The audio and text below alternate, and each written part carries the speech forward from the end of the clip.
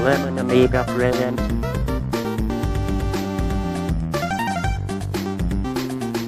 a Playguide video review. Sit back and enjoy the show.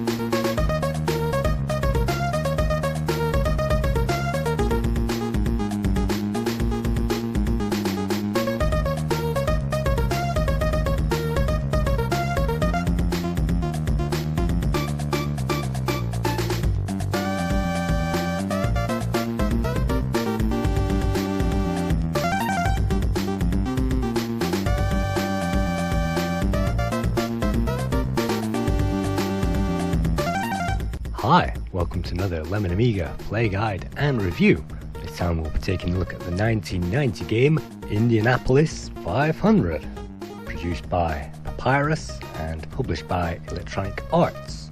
The main coder was David Kamer and the secondary coder was Richard Garcia. This is their only game on the Amiga. It was produced by Rick Hillerman and Randy Breen. Randy Breen went on to work on Road Rash for Electronic Arts in 1992. The music was created by Rob Hubbard, who, as we shall see later on, ended virtually his career on the Amiga, and the graphics were created by Wilfredo Aguilar and Peggy Brennan.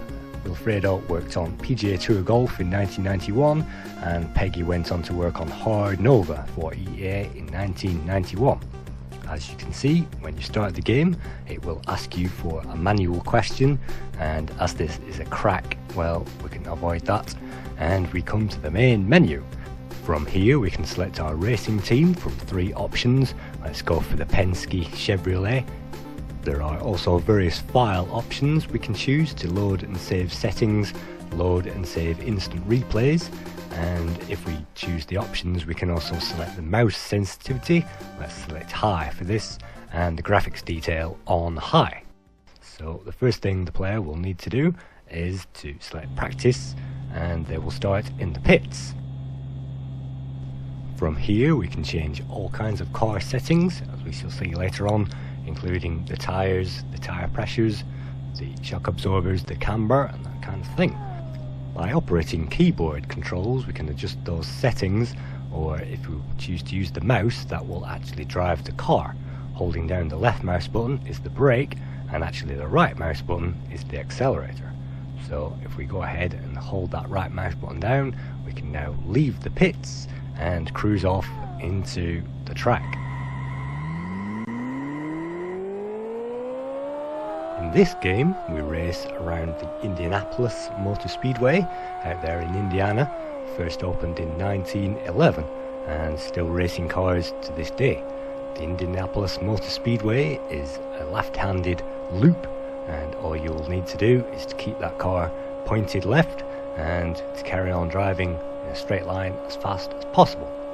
Unfortunately, our current car seems to be a little slow on the acceleration side, and the sound isn't too great either at these low revs, so I probably would not recommend this car, and I certainly would not recommend the standard settings.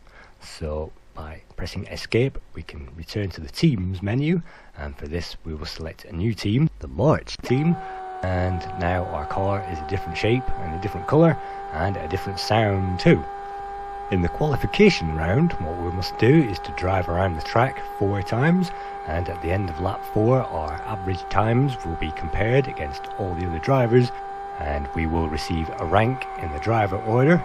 So the faster we can drive this car around those laps, the higher in the order we will qualify, and that should mean the races are much easier.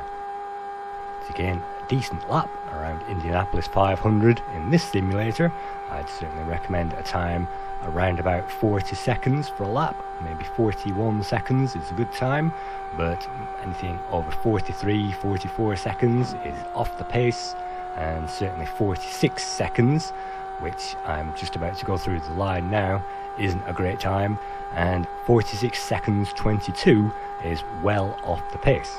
That is because we are using the standard stock settings which are provided with the game, and the game anticipates you altering those standard settings, and if you don't, well, you'll be uncompetitive compared to most of the other drivers. The corners on this Indianapolis racetrack are very easy. There are different entrances and exits to every corner, so sometimes the car can be banked high and exited faster, or sometimes the player can take a lower angle and literally chop out the corners of those corners so that they get around the track faster by literally taking a shorter route. Our second lap reveals a 45, which is better, and that brings our average down to 45 seconds, but once again that's rather slow. So let's speed this footage up and see what we got. Using the mouse predominantly in this game means an analog controller, and that means we can adjust our steering very finely. I'd hate to imagine what this would be like on a joystick, and certainly there are no joystick controls, although the player can actually use the keyboard. Having a high DPI mouse also helps, and I'm actually using a very high DPI mouse at the moment, which means the controls are very smooth indeed. Let's see what we made of the qualification as we go over the line. We made 30th place, car 17, that's us. We managed to accumulate 197 miles per hour on average, but that only means we are in 30th place. And if we move on to the race, you can see the position 30 there, that's the place where we will start. There are 4 race options available to the player: a 10 lap, a 30 lap, a 60 lap or a 200 lap race, and those long races will obviously take a long time to complete. The short races incur no damage and no yellow flags, but they are difficult to win the race, and the longer races have full damage and full yellow flags, and as I say, take quite a while to drive around. So on average, a 30 lap race gives the best chance of completing the race in a decent position. It means there are enough laps there to overtake cars and enough laps there to make mistakes as well. So you never know, this is definitely a pro racing simulator even for its day. You can see these graphics there on the All30 Amiga A3000. 25 megahertz are smooth and very fluid indeed. Even the All60 is no more fluid and quick than this, and you can see me creeping up on the cars there. The cars move very, very fluidly, and yet as we are moving at more or less the same speed as those guys, it is very, very hard to catch them up. And as you can see, yellow flags there means I'm no longer able to overtake, and that crash meant I've ruined my chances of moving through the field. This also means we have to endure 4 laps of these yellow flags, which can be quite boring, in fact very boring indeed when you are waiting for this game and pottering around with the drivers as slow as possible. But eventually we gain the race back in our hands, and you can see I was surprised to gain control of the vehicle there and took a few knocks. We'll just do an Ayrton Senna at Donington and fly straight through the pits at high speed, and that should bring us out back in the field. You can see I'm still position 28 there after 6 laps, which is not great by anybody's standards. And again, because I'm only just at their speed, it is only just possible to overtake those guys. And you can see overtaking those guys on a bend is very, very difficult because they crowd the bends, and on the straights they can pull away if they have better settings than our car. But again, as we shall see later on, we can tweak those at our leisure. I'm now in 26th place, and well, that isn't very good considering there are actually 32 computer controlled players in the game. Those players can have crashes and break down and go off. They can enter the pits at any point. They can run out of fuel and do all the other things that you'd expect them to do. But unfortunately they don't tend to do that very often, and it's usually the player who causes most of the crashes. You can see there one dodgy overtake maneuver by the computer results in them going off, and it results in us going slow for another 4 or 5 laps, which is not very enjoyable. And all you can do is press the F keys and enjoy the in-game stats while you are driving around. Unfortunately, you cannot change those while you are driving. You can only change those in the pits. But yes, the long and boring aspects of the yellow flags is certainly to be avoided. By choosing the practice option from the main menu, that will land us straight into the pits, and from here we can change all the car mechanics that we desire. You can press F4 straight from the go, and that will change our rear wing. And by using the arrow keys, we can adjust those settings up and down. We can also press the space bar, and that will swap from the front to the rear of our vehicle, and using those mechanics we can fine tune our wings. You can see there the drag meter at the top of the screen is being increased there as I lower that front spoiler. Because each setting can be finely tuned, perhaps the only way to find out what difference it makes to the real car is to take that out and to have a few laps. It doesn't really matter whether you are on practice mode or the full race, as long as you have a full racing circuit of that thing. And yes, even small adjustments to the setup can have major noticeable differences to the lap time. Playing this on an Amiga 500 stock machine, the graphics are much slower, but we can turn that detail down to minimum, and that should at least make the game playable. On the 030 with the graphics on high, the game is very smooth, as you can see, and the detail there on the stands and the trees and even the clouds move. So with that detail on high, we can really appreciate those extra eye candy details there. And there is a lot of heavy maths going on under the hood, and that was a sheer technical feat in 1989 when this appeared on the PC, with the Amiga conversion appearing a year later. So that's one lap completed, and that was a 45-second 0.6 lap. So we are already 1 second up just by tweaking one option in the settings. Unfortunately, even though we are in 23rd position, we will no longer be able to catch up to the rest of the field, because the game naturally assumes that the player has managed to tweak their car to get that high in the rankings to begin with. So no matter how fast I go around this circuit, no matter how fast I speed this footage up, I will not catch up to position 22, and I will not overtake any other players. Let's take another look at the in-game options and see if we can't speed this car up. And so if we choose practice mode once again, we will now go through the F keys and tune things individually. Pressing the F3 key will bring up the tyre and the fuel interchange box. From here we can adjust the fuel level, and we can also select different tyres on the car, and we can change those if they become degraded during the race. For us, the most interesting option is the fuel option, which is the top one, and that makes sure the box is in the center of the screen. From here, if we press the left and right arrow keys, we can raise and lower the amount of fuel in that vehicle, and for qualification we want to make sure that that fuel level is very low. Pressing the F4 key in the pits will bring up the wings menu. From here we can adjust the front and the rear wings, and as you can see, as we do this, the drag meter at the top of the screen will change. To gain the best speed in Indy 500 means the best compromise between downforce and drag. The more downforce you put on those wings, the more the car will stick to the road, but the more drag that creates, the slower that will be. Selecting the tyre compound can be a difficult choice, but remember that the hard tyres are there for long, hard races, and the soft and medium tyres are there for the short races.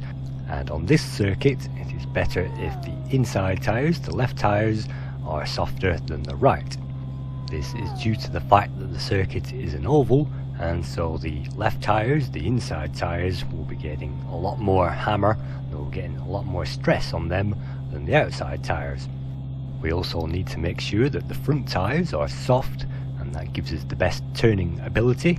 There's nothing worse than having a hard inside and a soft outside front, because that will make turning difficult, and steering in this game is certainly a priority. Moving on, pressing the F6 key, we can change the car's stagger. What that will mean is we can change the thickness and the height of those tyres, and those really will make a difference. On Indy 500, because it is an oval again, the inside tyres, the left tyres, should be smaller, and the outside tyres should be larger. That should mean that the outside tyres give us lots more grip on those corners, and the inside tyres being smaller should mean turning into those left-hand bends should be a little bit easier. Just like a road vehicle, the tyre pressures will make a lot of difference to the grip and the acceleration of the car. Less tyre pressure means more grip, more tire pressure means less grip, but at the same time, more tire pressure means higher speed. By increasing the PSI in all 4 tires, we lose some grip, but we should increase our general speed. Firmer tires will also affect the suspension, so the next F key, F8, allows us to adjust the shocks on all 4 corners. In general, if the suspension is stiffer and the ride height is lower, that should mean less drag, and that should mean higher acceleration. On the Indy 500, it's probably best to firm up the right hand side, the front right and the rear tyre, and on the left side it is probably best to medium setting that, maybe have that a little bit soft on the shocks, but certainly soften the left and firm up the right. Remembering of course that each micro detail will make a huge difference. F9 will bring up the cambers, and you can see our right front tyre was the inappropriate toe out, and so we've made that toe in. If you want to adjust the tyres, it is better if the cambers are pointed inwards towards the inside of the tyres, left and right, just like this, and that should mean inside toe means higher acceleration, and again sacrificing grip there for a higher acceleration. Finally, by pressing F10 we can access our gear ratios, and here the lower the top gear, the higher the top speed. So sometimes lower is better, and a higher top gear should mean higher acceleration. Unfortunately, I don't think you can change these gears individually, so that you can tweak first, second, third and fourth. The settings in this game, when you press the arrow keys, tend to move all 4 gears in one go. We'll try a higher acceleration setting for this, and once we are happy with our settings, we can now move to the file menu and let's save those up so that we can retrieve those at any point. The computer will now memorize those settings and equip those to our car so that we can qualify, and we can now test those adjustments out. Every one of those micro adjustments will have an effect on the feel and the playability of the game. A terrible setup will make the game unplayable, and a perfect setup will make the car easy to drive, fast to accelerate, and easy to gain that high top speed. You can see the red light on the dashboard is flashing there. That's because the engine is getting quite warm, because we used a very high final gear. That means higher revs and higher acceleration, but unfortunately the engine is paying the price for that, and higher revs don't necessarily mean a higher top speed. So as we go over the line, remember 40 is what we need to check, and that is 42.55. We were scoring 45s and 46s earlier on, so we've shaved 3 seconds off that lap time just by tweaking those great in-game parameters. Let's return to those in-game tweaks once again, and instead of a high 42-second lap time, let's try to aim for a lower 42-second lap time on our way towards 41. It is possible by tweaking all these options again, fine-tuning them, but for this one let's lower the final gear. That should give us a higher top speed and less wear and tear on the engine at high revs. So now that we've made all those adjustments, let's save our current progress in the file, and let's call this file number 2 so that we don't get confused with the earlier settings, and we can retrieve those, don't forget, at any point. So if we now choose to qualify, hopefully we can see the difference that that has made, and fingers crossed that we managed to get around this circuit a little bit quicker. The pioneer to the racing genre was Jeff Crammond's Revs, which appeared in 1984. Before that, there really wasn't much 3D action as far as the racing genre. Pole Position came out around the same time, and that really didn't use 3D, that was fake 3D. So 3D driving simulators were still in their infancy in 1989 when this appeared for the PC. The Amiga got its own conversion in 1990, and with a fast CPU you can really appreciate these graphics, and the pioneer in its day really did know how to deliver. I like the smoothness and the quality of these graphics, the handling of the driving model, which is almost a perfect simulation of an Indy 500 car around this track, and I really do like the detail, the engine sounds, and you can see the grass there really makes life difficult if you get onto the grass, and all these little things like the tyres moving around, and even the rear view mirrors work in this game. So for 1989 this really was a technical pioneer, and even though it did run slow on 286s and triple O CPUs, if the machine did have a meaty CPU, then you could really see the advantage. It's also amazing that a game such as this came on just one disc. That's right, because there is only one track, it came on the one disc, and it's surprising how much code you can squeeze into 880k on the Amiga. Of course, Indy 500 paved the way to other Grand Prix simulators, and Sir Jeff Crammond also paved the way towards Stunt Car Racer and Formula 1 Grand Prix in 1990, and with a combination of those, 3D simulators hasn't really looked back. But as I say, in its day, these graphics were fast and fluid, and there are even more technical achievements under the hood, as we shall see later on. In the meantime, we are on our final lap, and we are in the 42s, the early 42s there. 42.15 was our final lap, so if we can get around in a similar time, then we should be able to qualify in a good position. Last time we qualified in 30th place, and that really did not give us a great head start in the race, so any higher than 30th is great for us. You can see the fuel indicator flashing there because we've only just put enough fuel in there for basically these 4 laps, and any more than that will create drag, slow the car down. The engine is maxing itself out, but there we go, that was a 142 again, and that's giving us 16th place in the rolling start of the race. What we can do now is to press the escape key, and we've qualified. We can now enter the race in that position, and it's probably a good idea actually to enter the practice mode and give yourself some more fuel before you attempt that. The more fuel you have on board, the heavier that car is going to be, so you have to work out how many laps that the race is and only just fuel in for that. Otherwise you will have to go into the pits mid-race, and then everybody on the track will overtake you, so it is probably best not to fuel in during the race. And look at this, we're coming up to some cars, it's time to breathe in, fingers crossed, and hope for the best.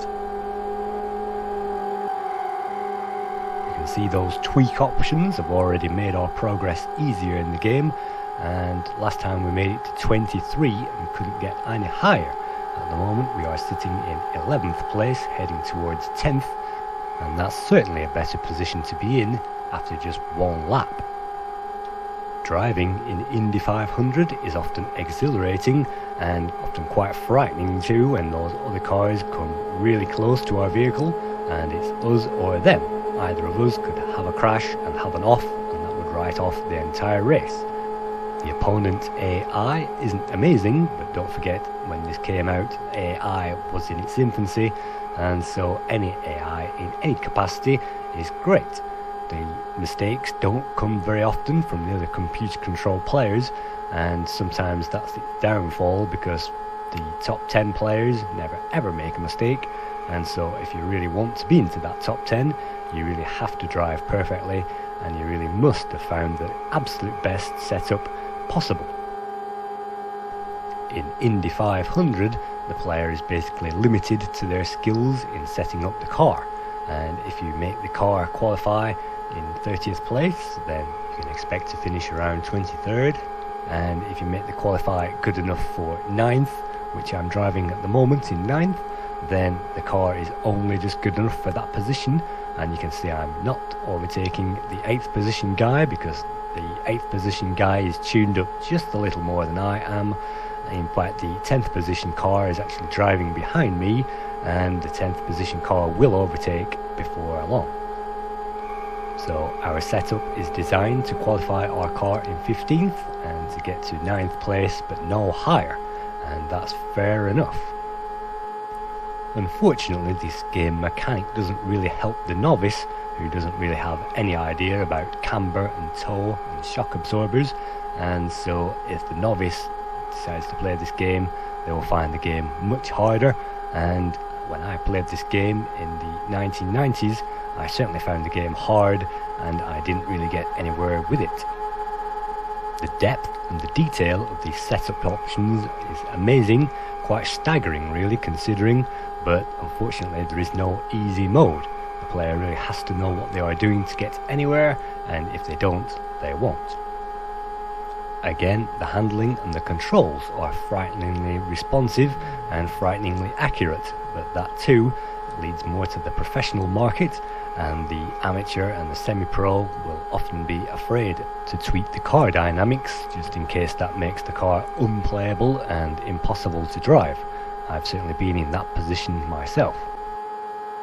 The very high quality sound effects help the player by allowing the player to hear cars coming from behind, and they can direction find those cars appearing from the rear just by the sound that it makes in the speakers. So the sound in this game, even though it's basic and we only get 3 cars and just the one track, the sound is certainly terrific and it makes the player feel almost as though they are really there. The other computer controlled players make the progress exciting, and you never know what you're going to get in this game. Sometimes they play fair, sometimes they don't. Sometimes your controls are perfect, and sometimes if you just wander onto that grass, you can have an off. And offs in this game are certainly one of the major draws which drew people to this way back in the late 80s and early 90s. And certainly the driving model and the driving physics have been so well crafted, it's easy to see this as a fully functional simulator. There is also an unpredictability factor in the game, and sometimes the computer players will crash and make mistakes, and sometimes if you allow a player to crash into you, or if you crash into the back of another player, then there can be a big accident and a huge pile-up.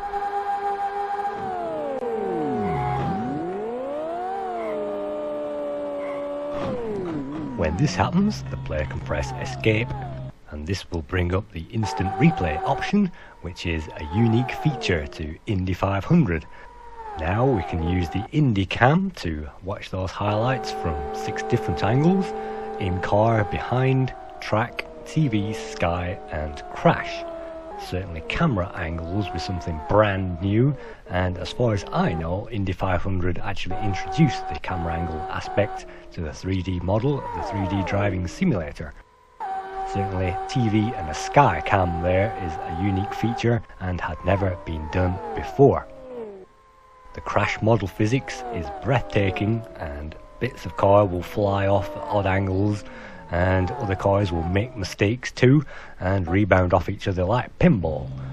At this point, some unscrupulous players tend to reverse and drive head on into the leaders, hoping that will cause a major crash, and that will mean they can lap everybody in the field because they've been damaged and come home in first position. That crashing into the leaders is precarious, and that tactic sometimes works and sometimes doesn't. But having crashed a few cars off the track in this game, there is nothing better than seeing a car graveyard, a litter of cars debrising the track, and sometimes 8, 10, 12 cars can be there littering the track, which you don't often see in modern racing due to the tremendous engineering quality of modern racing cars. But in this game, yes, you can have cars littering the track, and that's often quite fun. In fact, there are lots of elements here, not only to give the player a constant challenge, but also some eye candy as well, and some realistic action car physics in this very well engineered racing simulator. It may also surprise you to learn that turbo is actually available in this game. By pressing keys 1 to 9, you can actually adjust the turbo ratio, and so if you want to overtake players, you can press the 9 key and hopefully get by them. And this will detriment our fuel level, but at the same time turbo makes its return in 2014 in the Formula 1 world, and so seeing turbo here in an IndyCar simulator is certainly novel. And I didn't learn until absolutely right now that you can actually press the C key on the computer, and that will instigate cruise control. That's right, reach a high top speed and press C and the computer will lock that speed and you can simply concentrate on driving around the track. The player can also press the equals and the minus key to stiffen and soften the front roll bars whilst driving, and you can use the square brackets keys to stiffen and soften the rear roll bars whilst driving.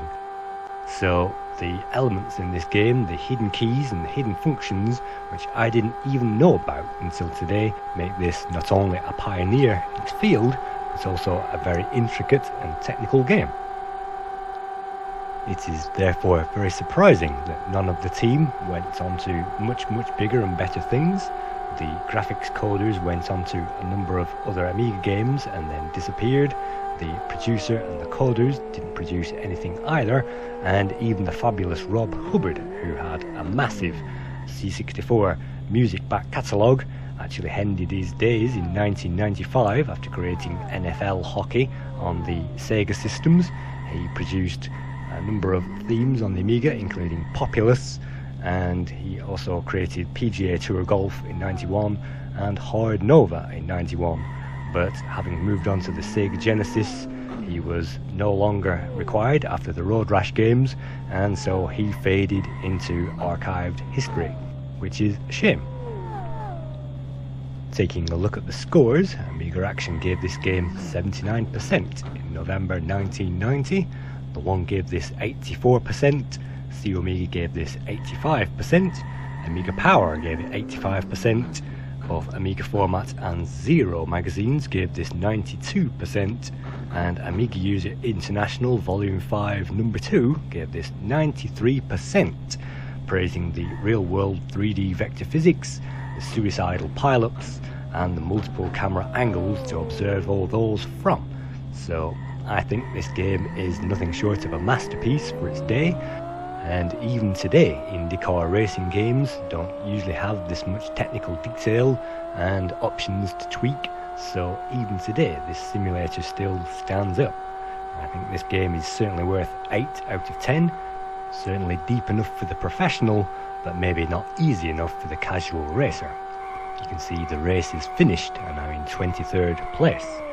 By manoeuvring that car's suspension, we can experience another crash, and we shall reverse the car as well. Yes, if you pull back on the mouse you can reverse the car, and you can also get punctures as well, which means the car is unable to turn like this. And there's the tree from the intro sequence there that you can see in front of you, which I ripped for the animation. But apart from that, yes, lots of technical details, the tyres, the stats, the turbo, the punches, the crashes, the offs, the camera angles, the 3D, all make for an interesting driving simulator, that is, unless you damage the car and go off. So thank you for watching another Playguide review of another Amiga classic. Hope to see you again sometime soon. Thank you.